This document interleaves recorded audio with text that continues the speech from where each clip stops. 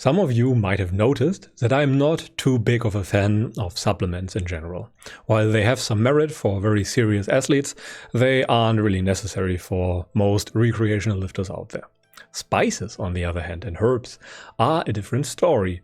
Those are basically supplements before the supplement industry has been invented, and lots of them have arguably more benefits than real supplements. Furthermore, they have been well tested for often thousands of years. Let us now have a look at 6 of my favorite spices or herbs, namely ginger, chili, green tea, cumin, berberine, and garlic. But let us begin with ginger. Ginger has been a staple spice in most Asian kitchens, for example, and in most European kitchens for several thousands of years. They used it to preserve and season food. Ginger increases your appetite and supports the digestive system, which can help a lot when you have to eat a lot, as an athlete, for example, or if you struggle with eating a lot due to being a hard gainer. Furthermore, the thermogenic effect of food that is induced by the gingerol, by the hot substances, so to speak, in the ginger, increases the body temperature by a bit and can thus slightly assist with diet. The increase in body temperature has to come from some form of energy after all.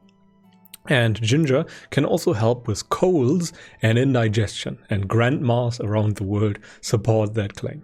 Ginger further has some positive effects on inflammations, and it relieves nausea in some cases. And after that comes chili.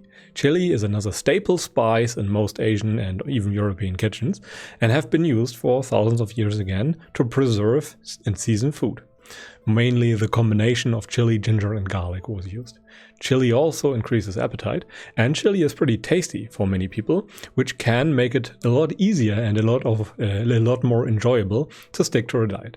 Further, ginger is also quite hot and spicy, thus the thermogenic effect of the capsaicin, the hot substance in it, also increases your body temperature, even a bit more than with ginger alone, and it can slightly assist with diets.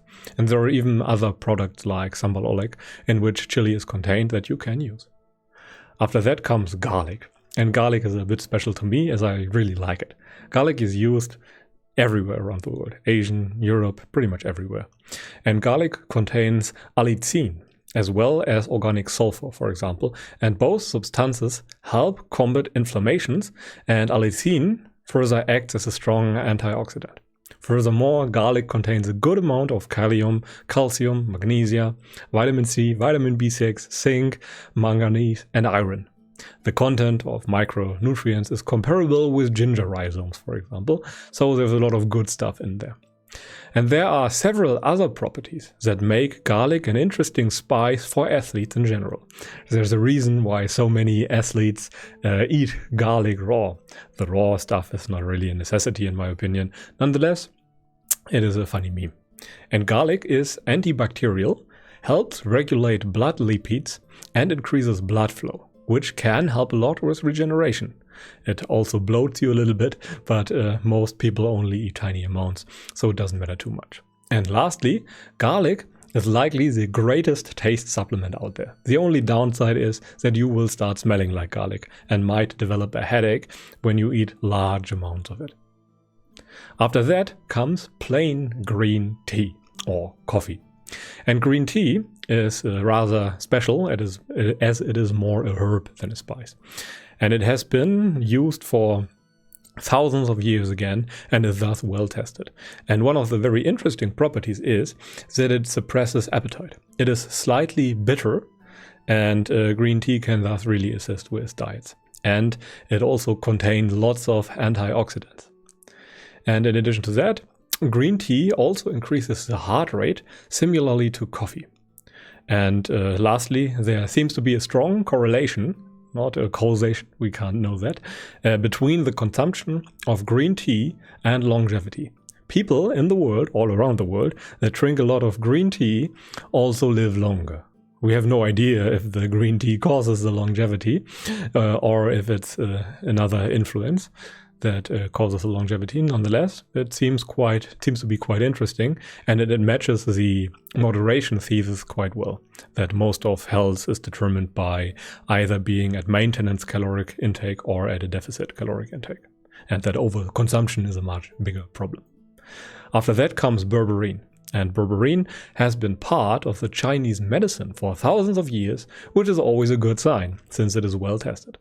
And things that stood the test of time in an evolutionary system often provide at least some benefit, or are at least harmless enough. And berberine seems to help stabilize insulin levels and regulates the blood sugar a bit, and can thus also assist in regulating hunger, since hunger is also dependent on insulin levels, for example. And it seems to even help increase the insulin receptor density, which might be interesting for diabetics. And in addition, berberine also seems to be slightly antiseptic and antibiotic, and thus helps with gastrointestinal diseases. And the last spice or taste supplement is cumin. Cumin has been part of Grandma's spice shelf for a long time and recently lost a bit of its former glory. Many people do not like the taste. It is, for example, contained in falafel balls and tastes a bit musty. It seems to have a slightly positive effect on blood lipids and is antifungal and helps you lose weight a little bit. In addition, it assists with a proper digestion and relieves stomach pains.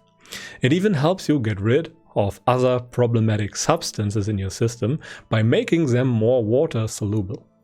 It also contains glutathione, a strong antioxidant, and thus reduces the risk of cancer and lots of other problems that might occur with your, metabolism.